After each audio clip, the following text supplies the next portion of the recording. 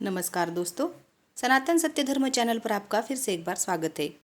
ईश्वर आपके जीवन में सुख तथा शांति प्रदान करे। तो चलिए श्रीमद् भगवद गीता के अगले श्लोक की ओर बढ़ते हैं। श्लोक क्रमांक 51। कर्मज बुद्धियुक्ता हि फलः त्यक्त्वा मनीषिणः जन्मबंध विनिर्मुक्ता पदः गच्छन्त्यनामयमः। इसका अर्थ है, इस तरह भगवत भक्ति में लग रहकर बड़े बड़े ऋषि मुनि अथवा भक्तगण अपने आप को इस भौतिक संसार में कर्म फलों से मुक्त कर लेते हैं। इस प्रकार वे जन्म मृत्यु के चक्र से छूट जाते हैं और भगवान के पास जाकर उस अवस्था को प्राप्त करते हैं जो समस्त दुखों से परे है। तात्पर्य, मुक्त जीवों का संबंध उस स्थान से होता है जहाँ भौतिक कष्ट नहीं होते।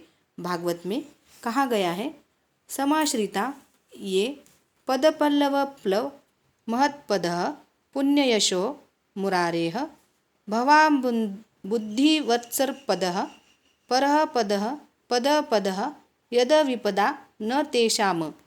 जिसने उन भगवान के चरण कमल रूपी नाव को ग्रहण कर लिया है जो दृश्य जगत के आश्रय है और मुकुंद नाम से विख्यात है, अर्थात मुक्ति के दाता है, उसके लिए यह भवसागर गोखुर में समाये जल के समान है। उसका लक्ष्य परपदम है, अर्थात वह स्थान जहाँ भौतिक कष्ट नहीं है, या कि वैकुंठ है। वह स्थान नहीं है जहाँ पद पद पर संकट हो। अज्ञानवश मनुष्य यह नहीं समझ पाता कि यह भौतिक जगत ऐसा दुखमय स्थान है जहाँ पद पद पर संकट है। केवल अज्ञानवश अल्पज्ञानी पुरुष यह सोचते कर कि कर्मों से वे सुखी रहेंगे, सकाम कर्म करते हुए स्थिति को सहन कराते हैं।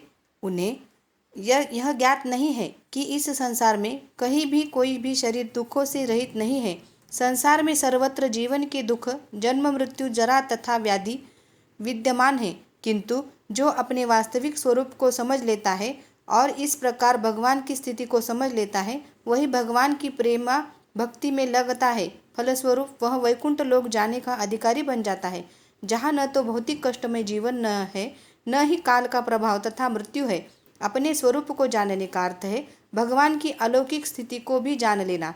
जो भ्रमवश यह सोचता है कि जीव की स्थिति तथा भगवान की स्थिति एक समान है, उसे समझो कि वह अंधकार में है और स्वयं भगवत भक्ति करने के समर्थ है।